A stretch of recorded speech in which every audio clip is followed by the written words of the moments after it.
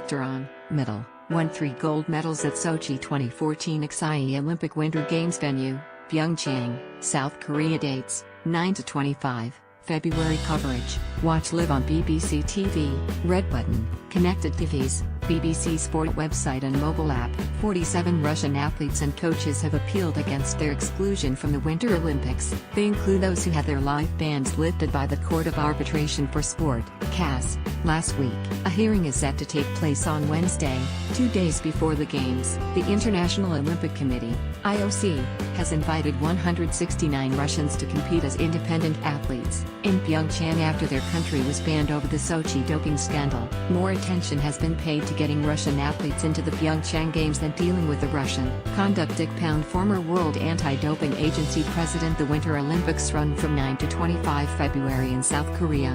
43 Russians were banned for life from the Olympics following the conclusion of an IOC investigation into evidence of state-sponsored Russian doping at their home games in 2014. On Thursday, CAS overturned the suspensions of 28 of those and partially upheld 11 other appeals. IOC then turned down a request for 13 of the 28, and 2 coaches, to compete. A special IOC panel agreed the decision of the CAS had not lifted the suspicion of doping.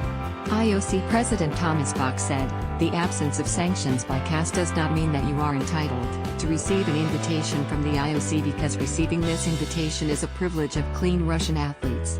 However, the athletes and some coaches excluded from the Games are taking issue with that stance. 32 athletes took their appeals to CAS on Tuesday and were joined by a further 15 athletes and coaches on Wednesday.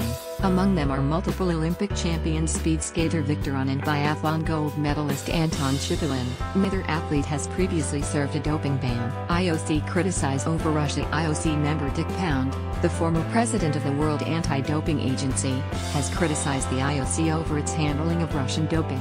At a meeting in Pyeongchang on Tuesday, Pound said, "The IOC has not only failed to protect clean athletes but has made it possible for cheating athletes to prevail against the clean athletes. We talk more than we walk." The athletes and the public at large, in my view, no longer have confidence that their interests are being protected. Our commitment to both is in serious doubt. More attention has been paid to getting Russian athletes into the Pyeongchang Games than dealing with the Russian conduct.